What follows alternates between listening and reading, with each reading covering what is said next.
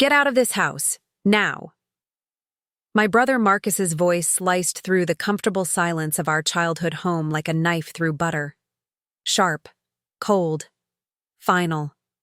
I'm Rebecca Martinez, 32 years old, and I've built a life I'm genuinely proud of in Austin, Texas. I run my own interior design studio called Elevated Spaces in the trendy South Congress District, and I've worked my tail off to get here. But standing in that living room on that humid August afternoon, with the ceiling fan lazily spinning overhead and the scent of my mother's lavender candles filling the air, my brother's words hit me like a physical blow. My parents, Richard and Patricia Martinez, sat rigidly on their cream-colored sectional sofa, the one my mother had insisted on buying from that overpriced furniture store in the Domain. They exchanged a look, a knowing, almost satisfied glance that made my stomach turn. No shock, no defense of me. No, Marcus, what are you talking about? Just that smug, complicit silence that screamed volumes. Had driven the 45 minutes from my loft apartment in downtown Austin to their house in the Westlake Hills suburb, expecting a somewhat tense but manageable Sunday brunch. Our family gatherings had always been complicated, threaded with unspoken resentments and carefully maintained pretenses. But this was something entirely different. Marcus, always the golden boy, the favored son who could do no wrong in our parents' eyes, had a talent for commanding any room he entered. At 35, he still carried that quarterback confidence from his high school glory days, that swagger that had once made him the center of attention at every family barbecue and holiday gathering. But his demand today wasn't just about the house. It was a power play, a territorial claim, a line drawn with permanent marker across the foundation of our fractured family. My parents' smugness in that moment told me everything I needed to know. They had known this was coming. They had been part of planning it. The realization crashed over me like the sudden summer thunderstorms that roll across the hill country, loud and overwhelming. Yet something deep inside me stirred, something I hadn't fully recognized before.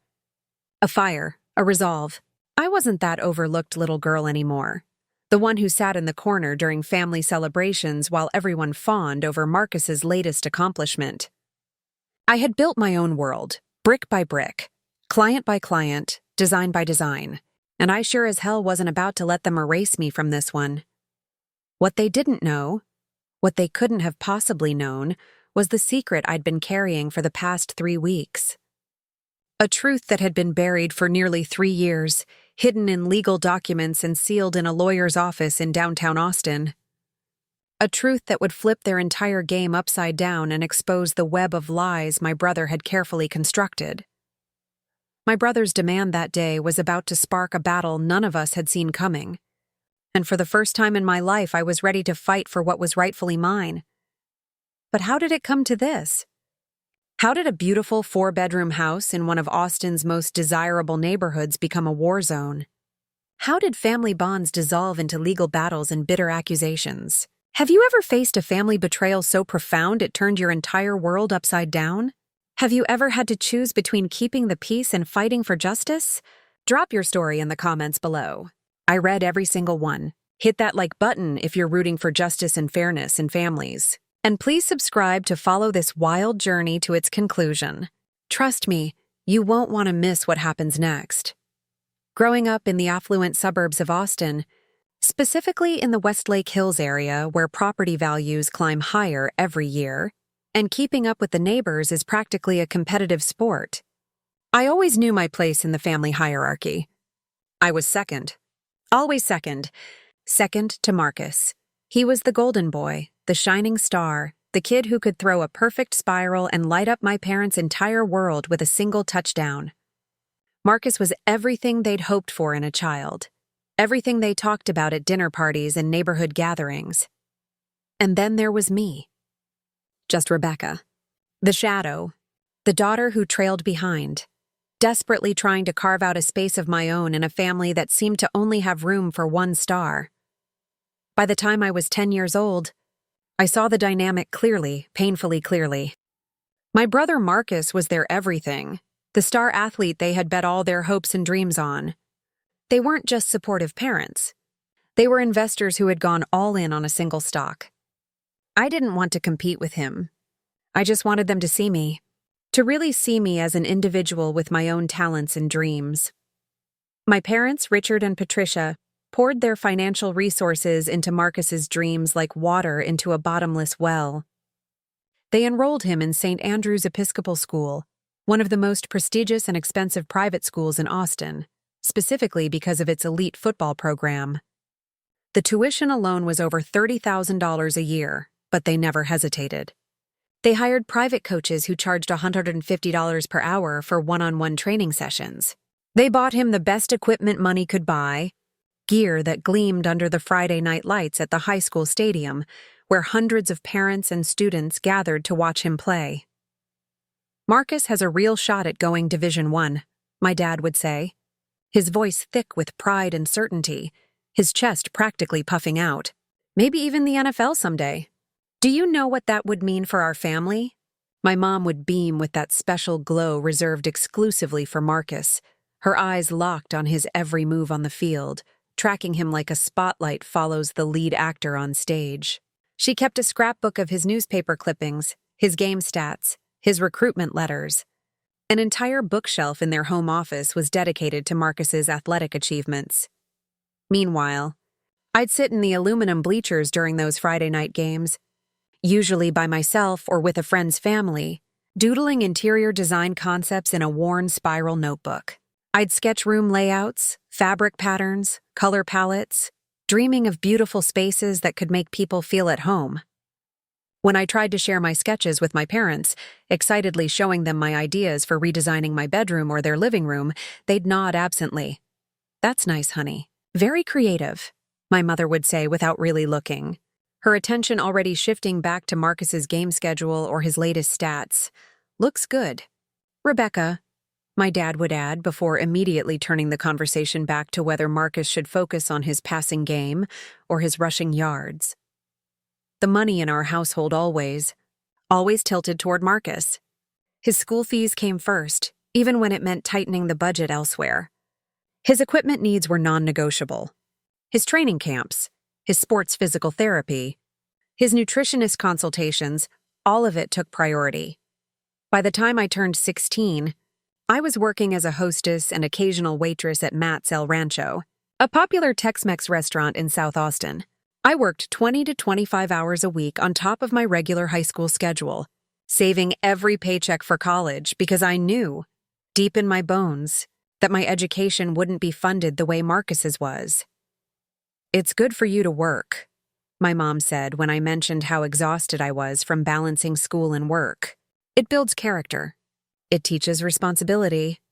She brushed off my complaints about the long shifts, the demanding customers, the smell of fajitas that clung to my hair even after I showered. Meanwhile, Marcus got new cleats every season, no questions asked, new training equipment whenever his coach suggested it. When his private school needed additional donations for the football program, my parents wrote checks without hesitation.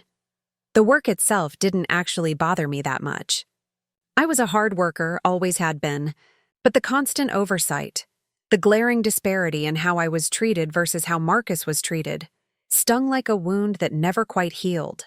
Every time my parents handed Marcus money for something while I was counting tips to afford gas for my beat-up Honda Civic, I felt it. Every single time, interior design became more than just a hobby or an interest. It became my escape, my identity, my proof that I had value beyond being Marcus's little sister.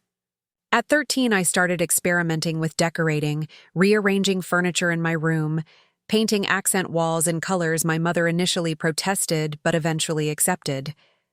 I'd spend hours browsing design magazines at the bookstore, studying the work of famous designers, learning about color theory and spatial relationships. By 17, I was bold enough and confident enough to propose an interior design showcase at my high school, Westlake High. I convinced my art teacher to let me coordinate it, and I rallied my classmates, recruited volunteers, and transformed our school's auxiliary gymnasium into a mock home showing different design styles, from minimalist modern to cozy farmhouse to bold eclectic. I sourced materials from Habitat for Humanity Restore, got fabric donations from local shops, and created 5 distinct room vignettes on a shoestring budget. The showcase was scheduled for a Saturday afternoon in May. The gym was packed with students, parents, teachers, and even a few local business owners I'd invited. The energy was electric. People moved from display to display, taking photos, asking questions, complimenting my vision. My heart raced with pride as I overheard compliments, as I watched people genuinely engaged with something I had created. But my parents weren't there. They were 4 hours away in College Station, watching Marcus play in a showcase football game in front of college recruiters. A game that might lead to scholarship offers, they explained. A game that was crucial to his future. "We'll make the next one, sweetie," my dad had said over a crackling phone connection the night before. "This is really important for your brother's recruiting. You understand, right?" I hung up the phone, gripping my design portfolio, and forced a bright smile for my friends and supporters. But inside, something cracked a little more. The one person who truly saw me, who really understood my passion and potential, was my grandmother, Elena Rodriguez.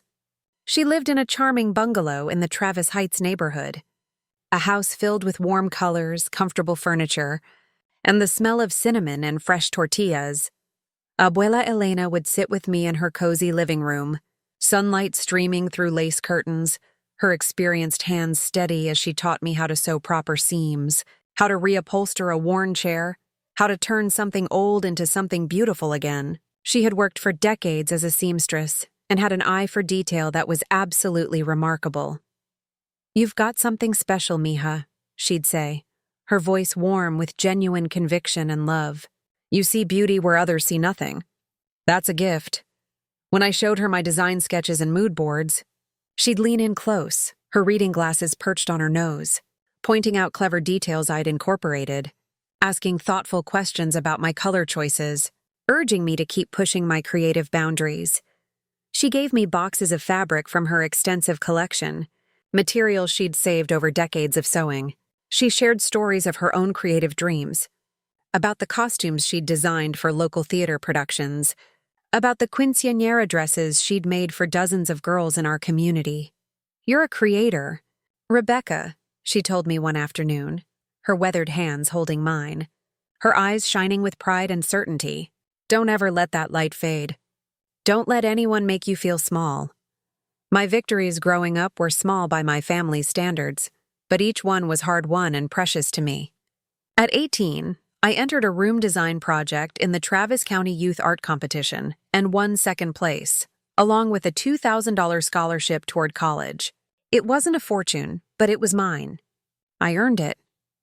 I rushed home that evening, clutching the certificate and the scholarship check, hoping desperately that my parents would share my excitement, that they'd finally see I had value and talent too. But when I arrived, they were deep in intense discussions about Marcus's college recruitment process, debating which universities had the best football programs, which coaches had the best track records, which schools would give him the best shot at the NFL. "That's nice, honey," my mom said, barely glancing at my award certificate before passing Marcus the phone so he could talk to another recruiter. I bit my lip hard, hiding the hurt that threatened to spill over as tears. I left the certificate on the kitchen counter and went to my room. The next day, I drove to Abuela Elena's house. She took one look at my face and pulled me into a tight hug. When I showed her the certificate and told her about my parents' reaction, or lack thereof, she did something that meant the world to me. She framed my certificate and hung it prominently in her hallway, right next to family photos and religious icons. "This is your first major step, mija," she said, her hand resting gently on my shoulder. "The first of many. You're building something real, something that comes from your soul. That matters more than any trophy or any touchdown." Those years shaped me in ways I'm still discovering. My parents' favoritism toward Marcus was a wall I couldn't break through, no matter how hard I tried. But it taught me to rely on myself, to trust my own instincts, to build my own foundation. Every shift at the restaurant, every dollar I saved, every room I designed, every creative choice I made was a step toward proving mostly to myself, that I was more than just the overlooked sister. My grandmother's faith was my anchor in those turbulent years. She saw the spark in me and refused to let it dim, even when my own parents seemed blind to it. As I left childhood behind and headed toward adulthood, I carried Abuela Elena's words like a shield, determined to build a life where I'd never be second again, where my worth wouldn't be measured against someone else's achievements. After graduating from the University of Texas at Austin with a degree in interior architecture, I made a decisive choice. I moved to downtown Austin, far enough from my parents' house in Westlake Hills to establish my independence, but close enough to still be part of the city I loved. I was 24 years old, determined, and done living in anyone's shadow. I'd spent 4 years in college refining my skills, working internships at established design firms, and saving every possible penny from my part-time jobs. While my classmates were going out to 6th Street bars and spending spring breaks in South Padre Island, I was building a portfolio and squirreling away money. I had a vision, and I knew that vision would require sacrifice. With a small business loan from a local credit union, my savings, and an almost stubborn level of determination, I leased a modest 800-square-foot storefront on South Congress Avenue. The space wasn't much to look at initially, a former vintage clothing shop with scuffed floors and questionable wiring, but it was in the heart of Austin's creative district, surrounded by quirky boutiques, food trucks, and the kind of artistic energy that made the city unique. My plan was straightforward but ambitious. I would open an interior design studio that offered both design consultation services and curated home decor items. I called it Elevated Spaces, a name that reflected my mission to help people transform their homes into personal sanctuaries. Starting from scratch was absolutely brutal. The learning curve was steep and relentless. I taught myself advanced business management through online courses and YouTube tutorials. I learned about inventory management, client contracts, insurance requirements, vendor relationships, social media marketing, bookkeeping, and 1,000 other details that hadn't been fully covered in my university courses. Late nights became my norm. I'd be in my studio until midnight, assembling furniture displays, updating my website, responding to potential client emails, researching suppliers. Mistakes piled up quickly and painfully. I ordered a batch of throw pillows from a supplier who sent the completely wrong fabric. I underpriced my first major design project and barely broke even. I spent too much on an advertising campaign that generated almost no leads. But every setback, as frustrating and demoralizing as it felt in the moment, pushed me to work harder and smarter. I wasn't just building a business. I was proving to myself, and maybe to my family, that I could stand on my own 2 feet. A chance encounter at a Austin Young Professionals networking event changed my trajectory significantly. I met my now best friend, Jordan Patterson, a sharp, ambitious attorney who had just joined a prestigious law firm in downtown Austin. Jordan specialized in real estate law and small business contracts, and we hit it off immediately. She saw my portfolio, my design sketches, my business plan, and didn't just nod politely.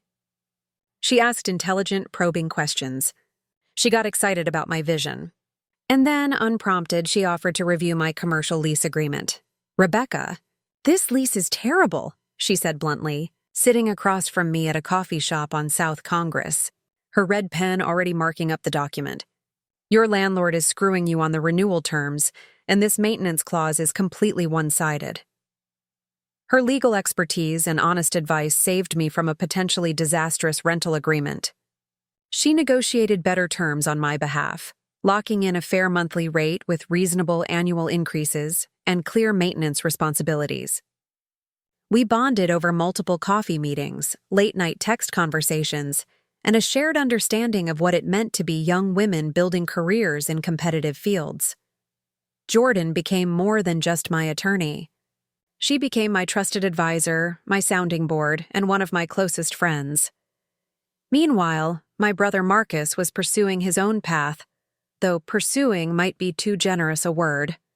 After a mediocre college football career at a mid-tier state university where he spent more time on the bench than on the field, His NFL dreams had evaporated. Instead of reassessing his life plan, he drifted into real estate investment with our parents' enthusiastic financial backing. My parents poured tens of thousands of dollars into Marcus's real estate ventures.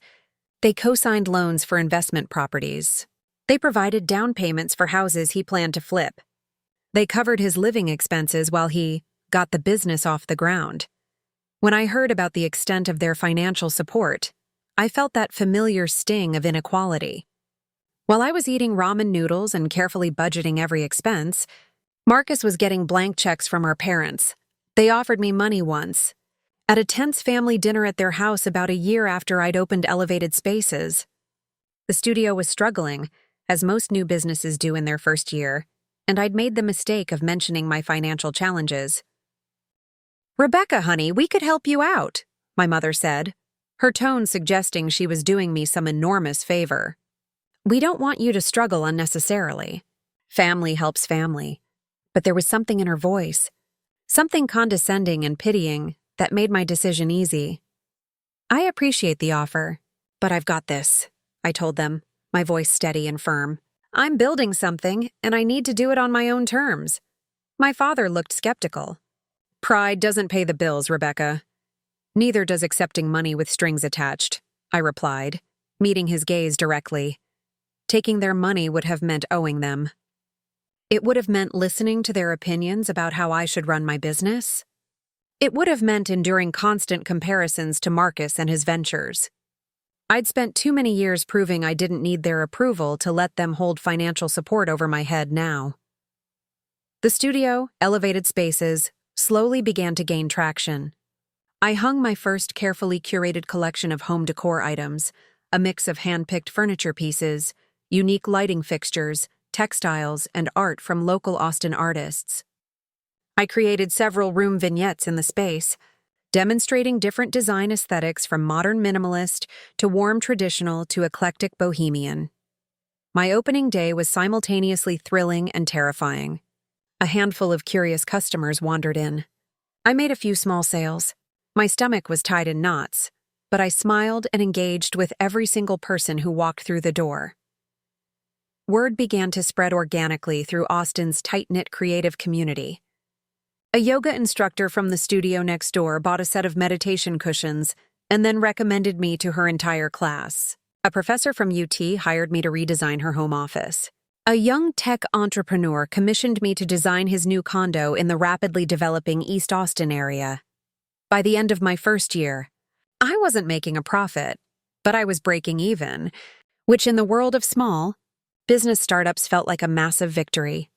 My big break came 18 months after opening when Austin Monthly Magazine featured Elevated Spaces in an article about the city's emerging design scene.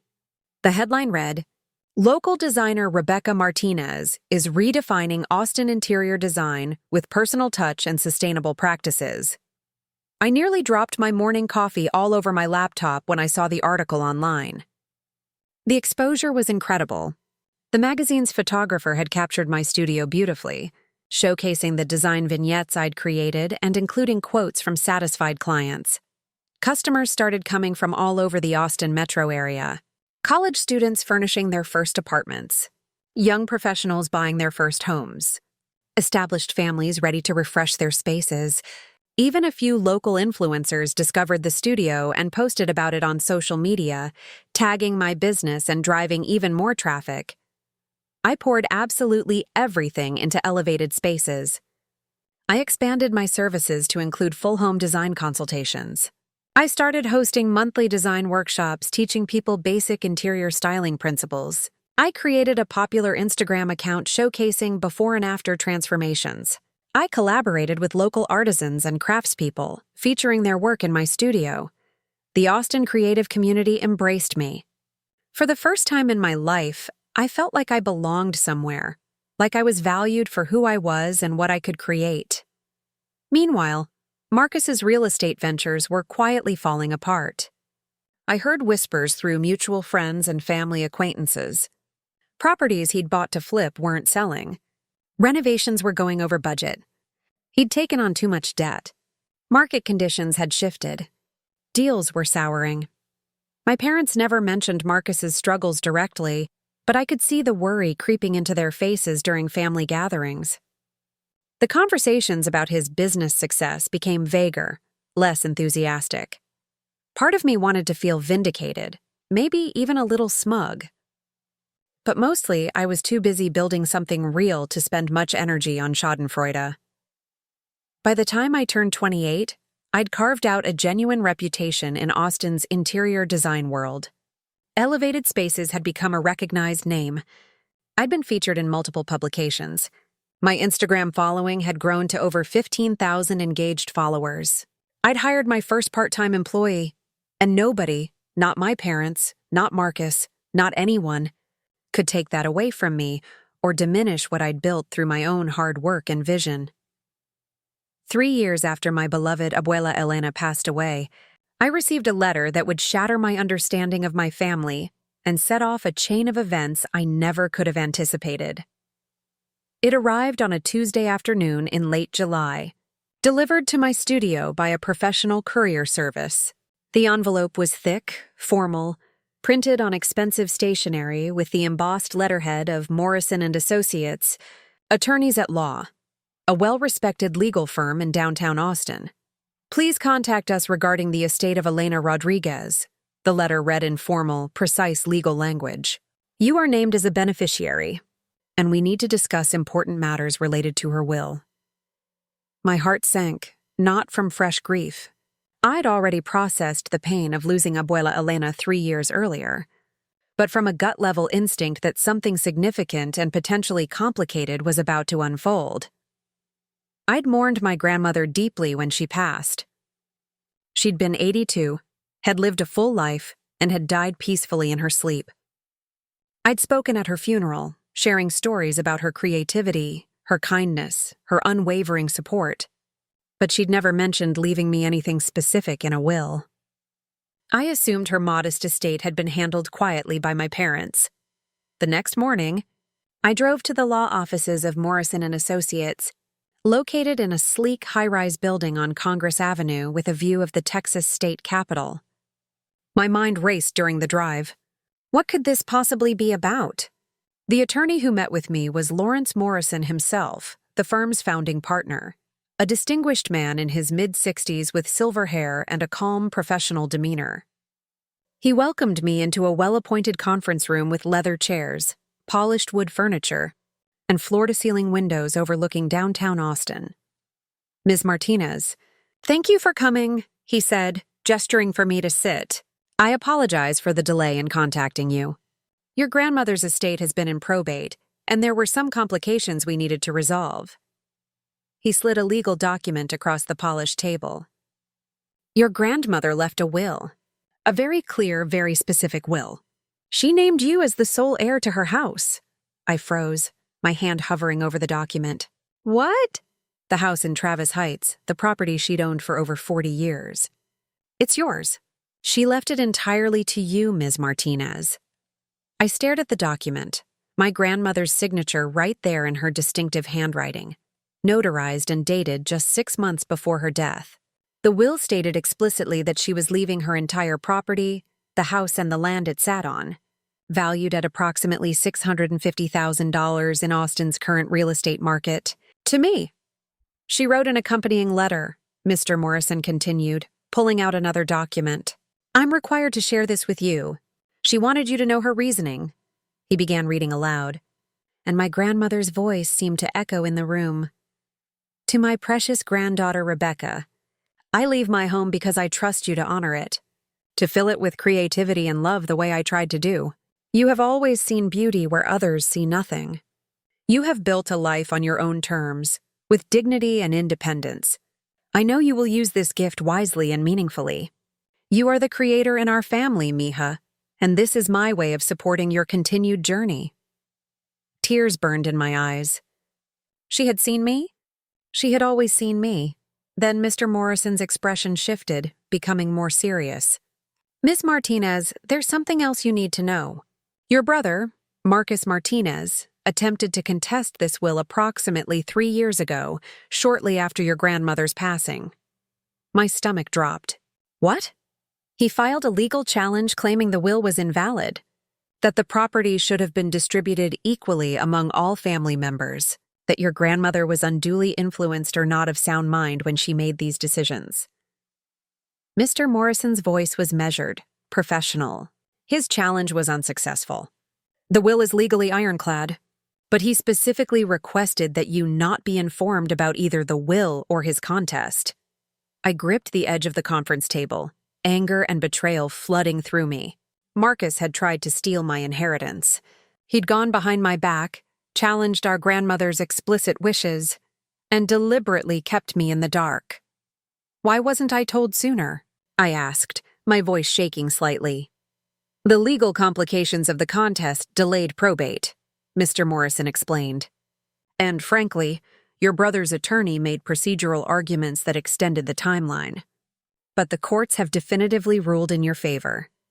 The house is yours, legally and unequivocally. I sat in that conference room for another hour, going through documents, signing papers, asking questions. When I finally left, I had a folder full of legal documents and a mind reeling with implications. I called Jordan immediately from my car, parked in the building's garage. "Rebecca? What's wrong?" she answered, immediately sensing the tension in my voice. I told her everything. The will, the house, Marcus's secret challenge, the years of lies. There was a long pause on the other end of the line. "Send me everything," Jordan finally said, her attorney instincts kicking in. "Every document. I want to review this personally." Over the next week, Jordan dove deep into the legal details. She confirmed what Mr. Morrison had told me. The will was absolutely solid. My grandmother had been of completely sound mind. She'd consulted with attorneys. Everything had been done properly, but Jordan discovered something else, something that made the betrayal even worse. "Marcus lied to your parents," she told me over coffee at our usual spot on South Congress. "According to the documents I've reviewed and some discreet inquiries I made, he told Richard and Patricia that there was no formal will, that the house belonged to the family by default, that your grandmother's wishes had been verbal and unclear." I sat there, my coffee growing cold, my mind struggling to process the depth of deception. My brother had manipulated everyone. He'd twisted the truth to serve his own purposes. Why would he do this? I asked, though part of me already knew the answer. "Control," Jordan said simply. "Money. Status. Your brother has always felt entitled to everything. This house in Austin's current market is worth a substantial amount. He wanted it for himself, or at least wanted to ensure you didn't get it." As I drove back to my studio that afternoon, the Austin skyline glowing in the late summer heat, I felt something shift inside me. My grandmother had believed in me enough to leave me her most valuable asset. She had seen my worth when my own parents couldn't. Marcus's betrayal wasn't just about a house. It was about control, about maintaining the family dynamic where he came first and I came second. But I wasn't that overlooked little girl anymore. I was ready to fight.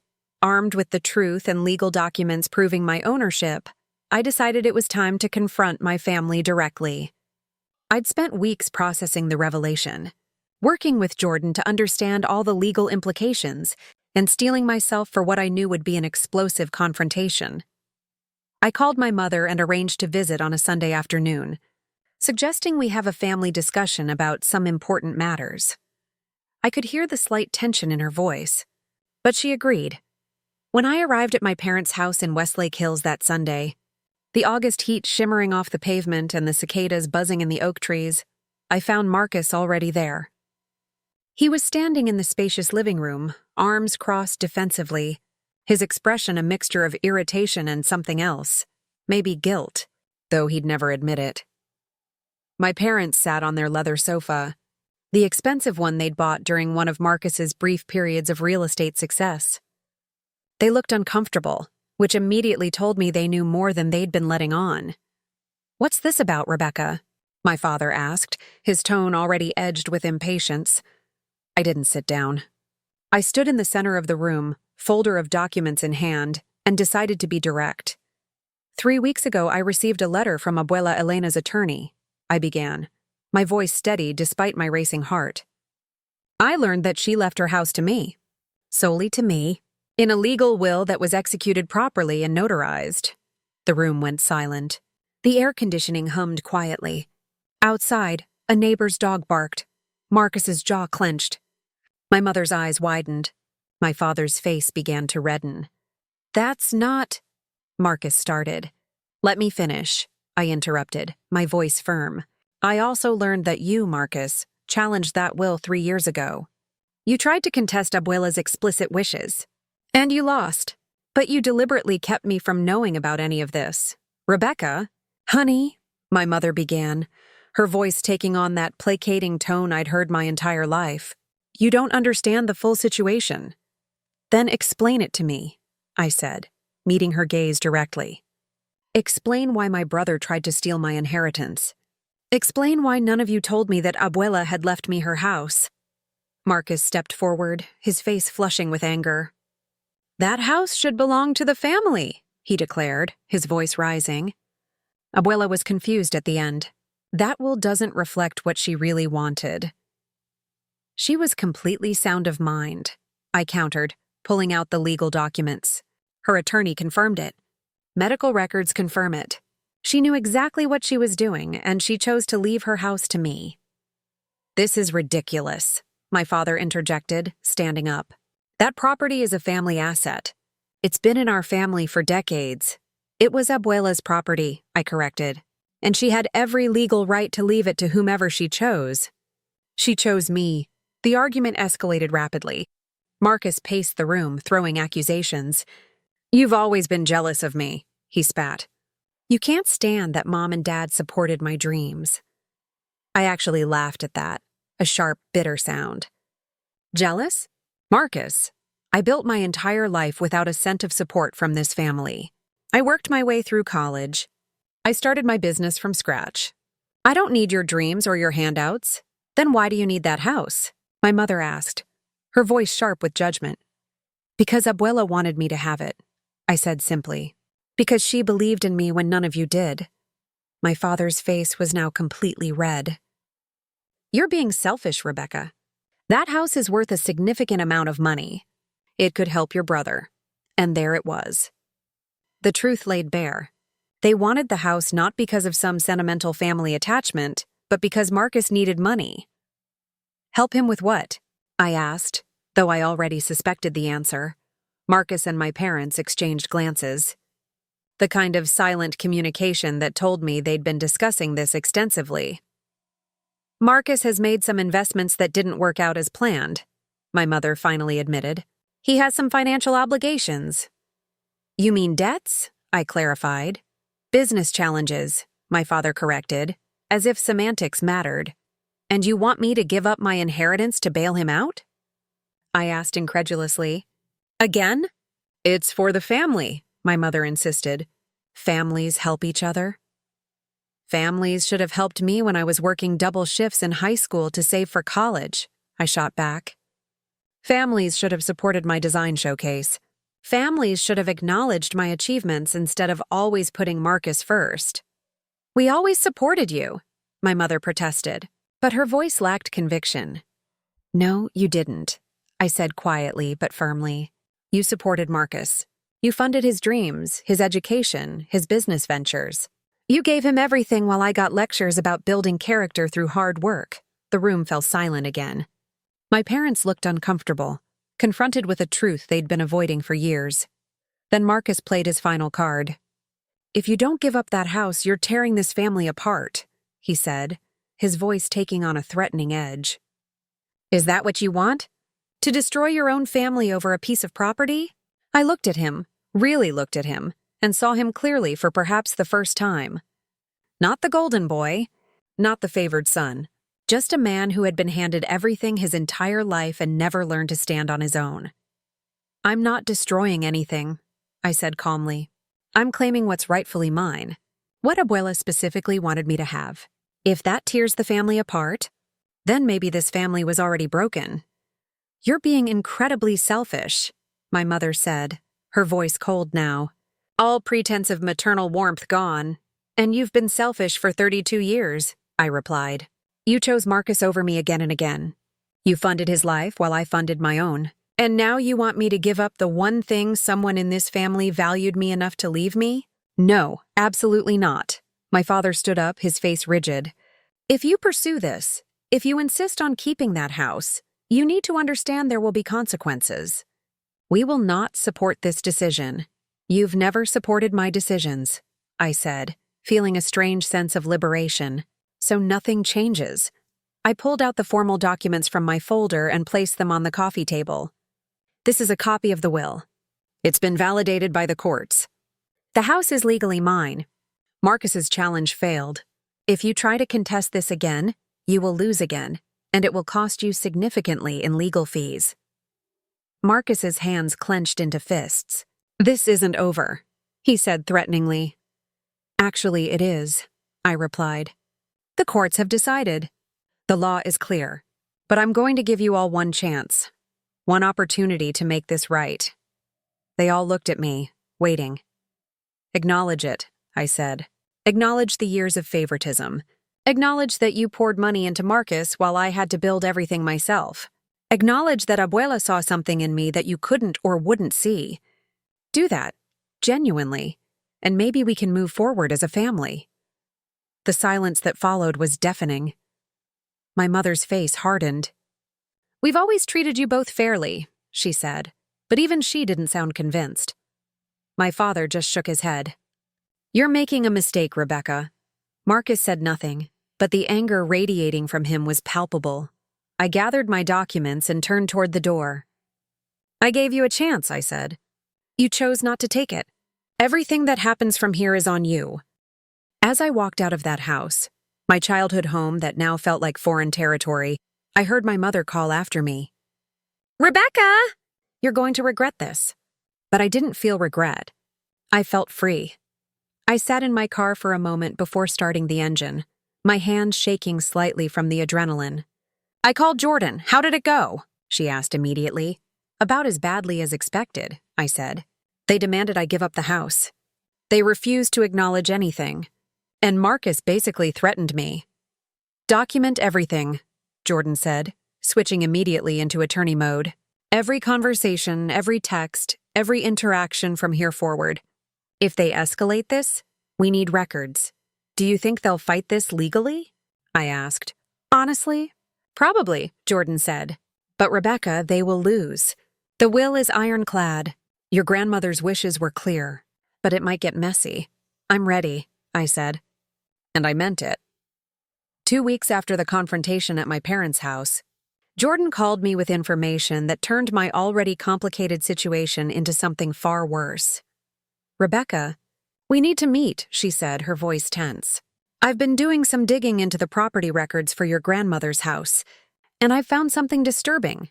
We met at her law office. A modern space with glass walls and contemporary furniture in one of downtown Austin's newer buildings. Jordan had documents spread across her conference table, her laptop open, her expression serious. Your parents took out a second mortgage on the house, she said without preamble, sliding a loan document toward me. I stared at it, my brain struggling to process what I was seeing. What? How is that even possible? They don't own the house. They did it about 18 months ago before your grandmother's will went through probate, during the period when Marcus was contesting it, Jordan explained. The title was temporarily unclear due to the legal challenge, and somehow they managed to convince a lender to give them a loan against the property's value. The numbers on the document made me dizzy. $275,000, a second mortgage of $275,000 on a house they didn't legally own. This has to be illegal, I said, my voice rising. It's definitely problematic, Jordan agreed. But it gets worse. They took that money and funneled it directly into Marcus's real estate ventures. And Rebecca, those ventures completely collapsed. None of the payments have been made on this loan. Not a single one. The bank is preparing to foreclose. I felt like the floor had dropped out from under me. My grandmother's house, my inheritance, the property she'd carefully left to me, was on the verge of being seized by a bank because of my family's deception and financial recklessness. How long do I have? I asked. The foreclosure process is already in motion, Jordan said grimly. You have maybe 60 to 90 days before the bank takes possession unless the debt is paid, or we can negotiate something. I spent the next hour reviewing every document Jordan had obtained. Bank statements showing the loan disbursement, records showing payments to Marcus's failed investment properties, evidence of the mounting debt, now grown to over $290,000 with interest and late fees. Can we fight this? I asked. Can we argue that the loan was fraudulent since they didn't actually own the property? We can try, Jordan said. But it's complicated. The loan was taken out during a period of legal ambiguity. A good bank attorney could argue they did their due diligence. It would be a long, expensive legal battle with an uncertain outcome. What are my options? I asked, feeling overwhelmed. Jordan leaned back in her chair, her expression sympathetic. Option 1. Pay off the mortgage yourself and take clear ownership of the house.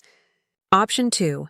Let the house go into foreclosure, which means you lose your inheritance but also aren't responsible for the debt. Option 3. Try to negotiate with the bank for a reduced settlement. Option 4. Sue your parents and Marcus for fraud and try to recover damages, though that could take years. None of the options were good. Every path forward seemed complicated and painful. I need to confront them, I said. I need to hear them explain this. Jordan nodded. I'm coming with you. This is serious enough that you should have legal representation present. The next day, Jordan and I drove to my parents' house. I'd called ahead, demanding a family meeting and making it clear that I knew about the mortgage. My tone had been cold enough that they didn't refuse. When we arrived, my parents and Marcus were already there, sitting in the living room with their own attorney present, a slick-looking man in an expensive suit named Trevor Daniels. Rebecca, Ms. Patterson, my father said stiffly. I see you've brought your lawyer. And you brought yours, Jordan replied evenly. Let's all be adults about this. I sat down across from them, Jordan beside me, our folder of documents on my lap. Why? I asked simply. Why would you take out a mortgage on a house that wasn't yours? The house should have been family property, my mother said defensively. Your grandmother's will was being contested. We had every reason to believe. You had every reason to know the will was legal and valid, Jordan interrupted. The courts had already started ruling in Rebecca's favor. You took out that loan knowing full well it was problematic. My father's attorney leaned forward. My clients made a financial decision during a period of legal uncertainty. That's not fraud. That's business. Business with someone else's property, I shot back. You stole from me. You took money against my inheritance and gave it to Marcus, who promptly lost it all. Marcus, who had been silent until now, finally spoke up. My investments would have worked out if the market hadn't shifted. Stop, I said sharply. Just stop. Your investments failed because they were bad investments. And now my grandmother's house is about to be foreclosed on because of your incompetence. We did what we thought was best for the family, my mother insisted, but her voice wavered. You did what was best for Marcus, I corrected. Like you always have. Jordan laid out documents on the coffee table. Here's what's going to happen, she said, her voice calm but firm. The bank is moving forward with foreclosure. That house is about to be seized unless the debt is paid. Rebecca has a choice to make, and honestly, that choice depends on your family's willingness to take responsibility. My father's attorney whispered something to him. My father's face went pale. Rebecca, my mother said, and for the first time, I heard something like genuine fear in her voice. You can't let them take the house. It's been in our family for over 40 years. It was in our family, I said coldly, until you used it as collateral for Marcus's failed dreams. We'll pay it back, my father said quickly. We just need time. Time? I laughed bitterly. You've had 18 months. You've made 0 payments. You have no intention of paying it back, and even if you did, you don't have the money. Marcus stood up abruptly. So what do you want? He demanded. You want us to grovel? You want an apology? Fine, I'm sorry. We're all sorry. Now save the house. That's not how this works, Jordan interjected. An apology doesn't erase a $290,000 debt. I looked at my parents, at Marcus, at the desperation on their faces. Part of me, the part that remembered being 10 years old and desperate for their approval, wanted to save them. But a stronger part, the part that had built a life and a business through pure determination, knew that saving them would mean sacrificing myself. "Here's my offer," I said finally. "I will pay off the mortgage. I will save the house. But in exchange, you will sign over any and all claims to the property. You will publicly acknowledge that you took out this loan fraudulently.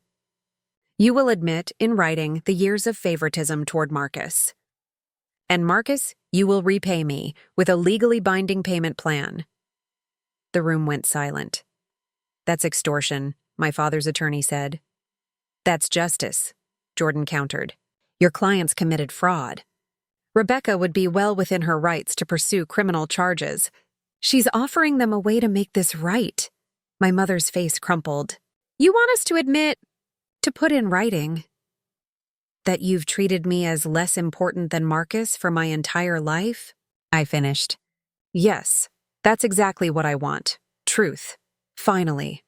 Marcus's face was red with fury. "I'm not signing anything," he said. "You can't make me." "Then the house goes into foreclosure," I said simply. "You get nothing. I get nothing.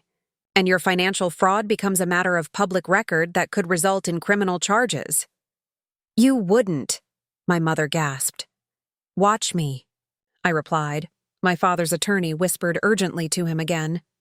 I could see my father's jaw working, the calculations happening behind his eyes. "Pride versus consequences. We need time to think," my father finally said. "You have 48 hours, Jordan said. "After that, Rebecca walks away and lets the foreclosure proceed." As we left, I heard my mother crying. I heard Marcus shouting. I heard my father trying to calm them both. I felt nothing but resolve. The next 48 hours were some of the longest of my life. I barely slept, my mind running through endless scenarios. Would my parents actually admit their wrongdoing? Would Marcus agree to repayment terms? Or would they call my bluff and let everything collapse? Jordan checked in with me multiple times. "How are you holding up?" she asked during one late-night phone call.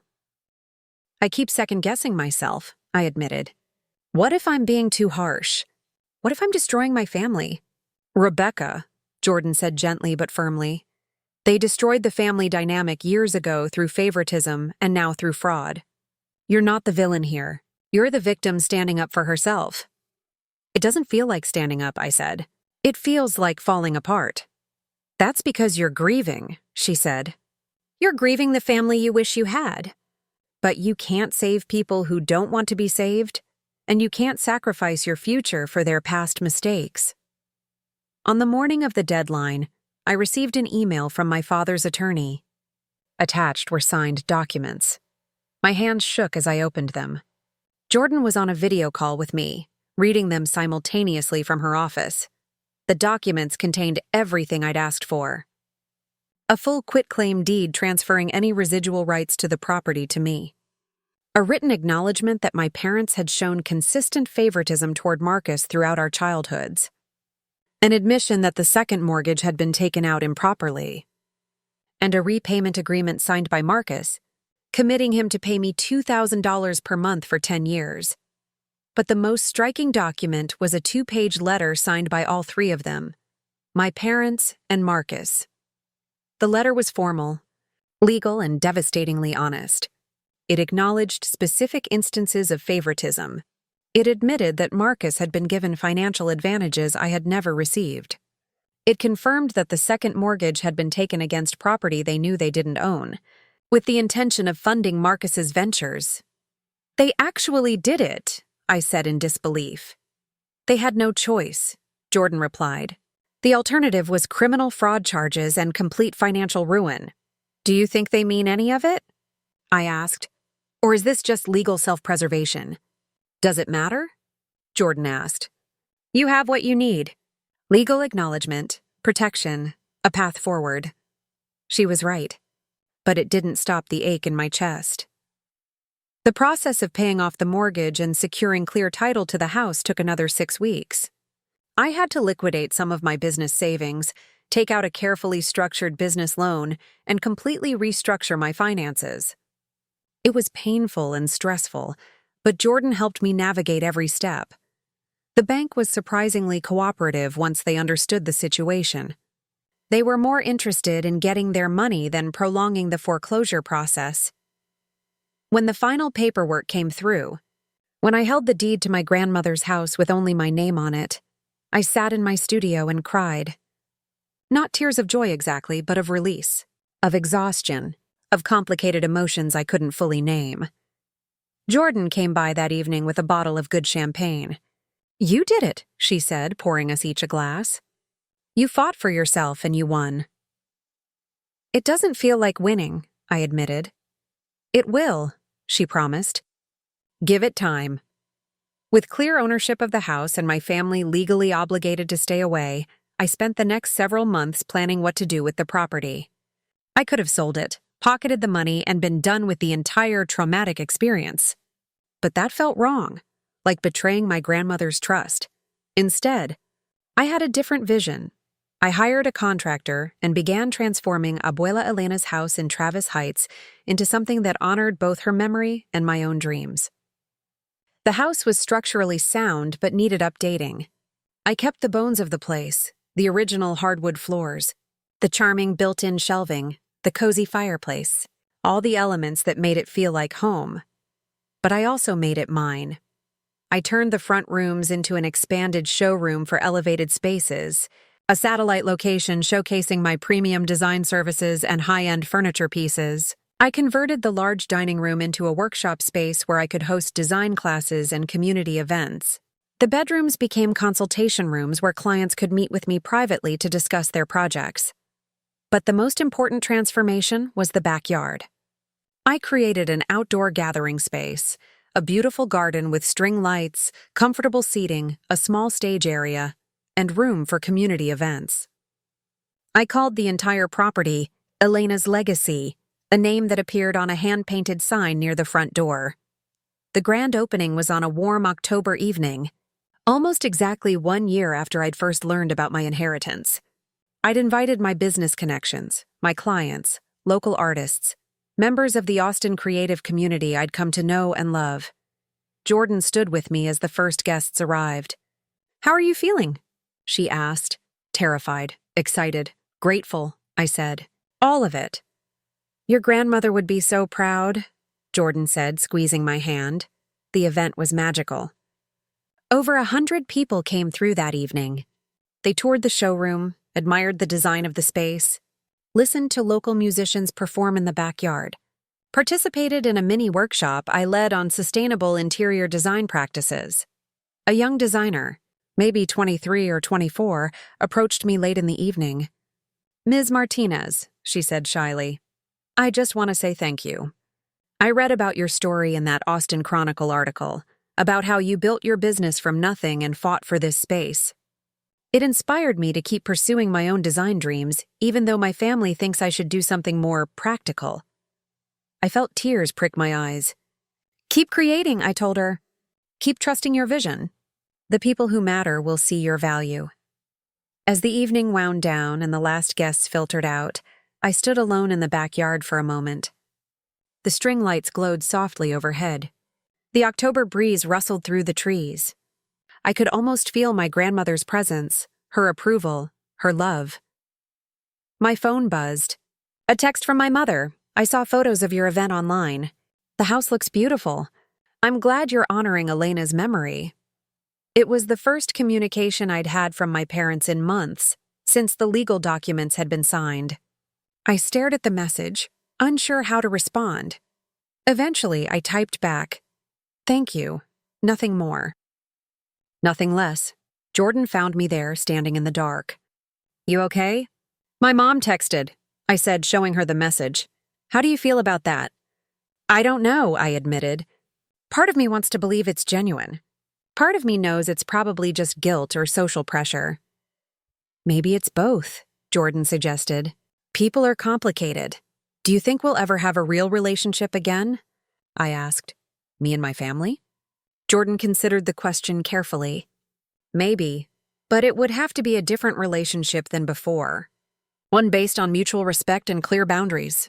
They would have to genuinely change, and you would have to be willing to trust them again. That's a long journey, if it even happens. I'm not ready for that, I said. Then don't be, Jordan replied. You get to decide what relationships you want in your life and on what terms. The months following the opening of Elena's Legacy were transformative for my business and my life. The satellite location in Travis Heights attracted a different clientele than my South Congress studio, more established homeowners, families, people looking for comprehensive design services. My revenue increased by 40% in the first quarter. I was able to hire 2 additional staff members, a junior designer and a full-time operations manager. Elevated Spaces was no longer just a scrappy startup. It was becoming a legitimate design firm with real influence in the Austin market. Marcus made his first payment according to our agreement, though Jordan had to send a reminder notice. The check arrived exactly on the deadline with no accompanying note. The second month, it came a few days early. I didn't know what to make of that. I heard through mutual acquaintances that he was still working construction, that he'd had to sell his car and downsize his apartment, that he was living a much humbler life than he'd once envisioned. Part of me felt vindicated, but mostly I felt sad. Sad for what could have been if our parents hadn't played favorites. If Marcus had learned to work for things instead of expecting handouts. If our family had been different. I received another text from my mother around Thanksgiving. Your father and I would like to see you. Would you be willing to have coffee sometime? I showed the message to Jordan during one of our regular lunch meetings. What do you want to do? She asked. I don't know, I said. Part of me wants to maintain the distance. Part of me misses having parents, even flawed ones. You don't have to decide right now, Jordan said. And if you do meet them, you can set very clear boundaries about what you're willing to discuss and how you expect to be treated. I thought about it for 2 weeks before responding. I'm willing to meet, I texted back. Coffee only 1 hour. At a neutral location, and I need you to understand that I'm not interested in justifications or excuses for the past. If we're going to have any kind of relationship moving forward, it has to be based on honesty and respect. My mother responded almost immediately. We understand. Thank you for being willing to meet. The coffee meeting was scheduled for a Saturday morning in early December at a busy cafe in central Austin. Far from either my studio or their house, I arrived first, chose a table near the window, ordered my coffee and waited. My stomach was in knots. Jordan had offered to come as support, but I'd declined. This felt like something I needed to do alone. My parents arrived together, looking older than I remembered. My father's hair had gone grayer. My mother seemed smaller somehow, less confident. Rebecca, my mother said, sitting down carefully. Thank you for meeting us. I'm here, I said simply. But I need you to understand something from the start. I'm not interested in pretending the past didn't happen. I'm not interested in surface-level pleasantries that ignore years of pain. My father nodded slowly. We know, and we owe you an apology. A real one. I waited, saying nothing. My mother took a shaky breath. We've spent the last several months in therapy, she said. Together and individually. Our therapist helped us see patterns we'd been blind to for years. The favoritism toward Marcus. The way we dismissed your achievements. The financial inequity. We see it now, and we're deeply sorry. Are you sorry because you've genuinely realized you were wrong? I asked. Or because there were legal and financial consequences? Both, my father admitted, and I appreciated his honesty. The legal situation forced us to confront things we'd been avoiding.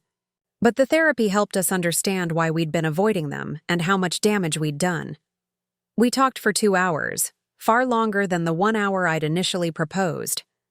They didn't make excuses, though they did try to explain. They talked about their own childhoods, about their insecurities, about how Marcus's athletic talent had seemed like their ticket to a better life, about how they'd doubled down on their investment in him, even as it was clearly failing. We were wrong, my mother said, tears in her eyes. We were wrong about so many things. We should have celebrated your accomplishments. We should have supported your dreams the way we supported Marcus's. We should have seen how special you are. I needed to hear this 20 years ago, I said quietly. I needed parents who believed in me when I was 16 and working double shifts. I needed support when I was starting my business. We know, my father said, and we can't change the past. But we want to do better going forward if you'll give us the chance. I don't know if I can, I admitted. The trust is broken. The relationship is damaged. And I've built a good life without you. We understand, my mother said. But maybe we could start small. Maybe we could try. I left that meeting feeling emotionally drained, but also slightly hopeful. Not hopeful that we'd magically become a close, functional family, but hopeful that maybe, possibly, we could build something new and more honest. A year after that first coffee meeting, my relationship with my parents had evolved into something carefully maintained and boundaried. We met occasionally, always in public places, always with clear expectations. They attended the one-year anniversary celebration of Elena's legacy, standing awkwardly in the back but present nonetheless. They didn't try to insert themselves into my life or my business. They respected the distance I needed. And slowly, very slowly, I began to trust that their remorse might be genuine. Marcus and I had almost no relationship. He made his payments consistently, never reaching out beyond the required financial transactions. I heard he was dating someone, that he'd been promoted at his construction job, that he was living a modest but stable life. I didn't reach out to him, and he didn't reach out to me. Maybe someday that would change. Maybe it wouldn't. Either way, I was at peace with it. My business continued to thrive. Elevated Spaces had been featured in several national design publications.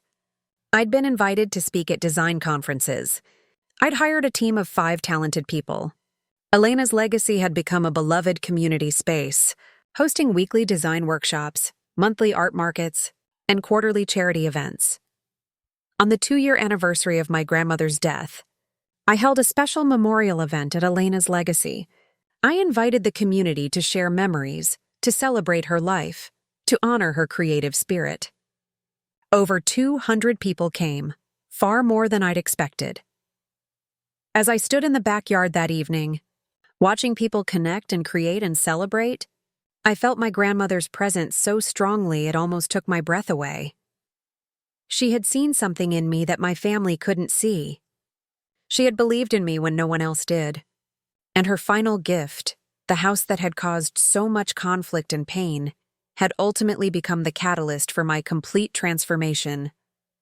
I'd fought for my inheritance. I'd stood up to my family.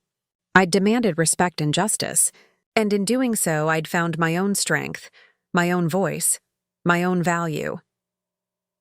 To everyone who has followed this story from the beginning, thank you. Thank you for your support, your encouragement, your willingness to listen. Your comments and messages have meant more to me than you know. If you've ever had to fight for your place in your family, if you've ever felt overlooked or undervalued, if you've ever had to choose between keeping the peace and demanding justice, I hope my story resonates with you. I hope it gives you courage. Standing up for yourself isn't selfish. Setting boundaries isn't cruel. Demanding that people treat you with respect isn't asking too much. You deserve to be seen. You deserve to be valued. You deserve to take up space in the world. My grandmother knew that. And now, finally, I know it too. Please share your thoughts and your own stories in the comments below. I read every single one, and your experiences matter. If you enjoyed this journey, please like and subscribe for more stories about standing up, speaking out, and building the life you deserve. Here's to standing tall. Here's to owning our worth. Here's to fighting for what's rightfully ours and creating something beautiful from the ashes of family dysfunction. This is Rebecca Martinez, signing off from Elena's legacy in Austin, Texas, reminding you that sometimes the greatest inheritance isn't money or property. It's the belief someone had in you and the courage you found to believe in yourself.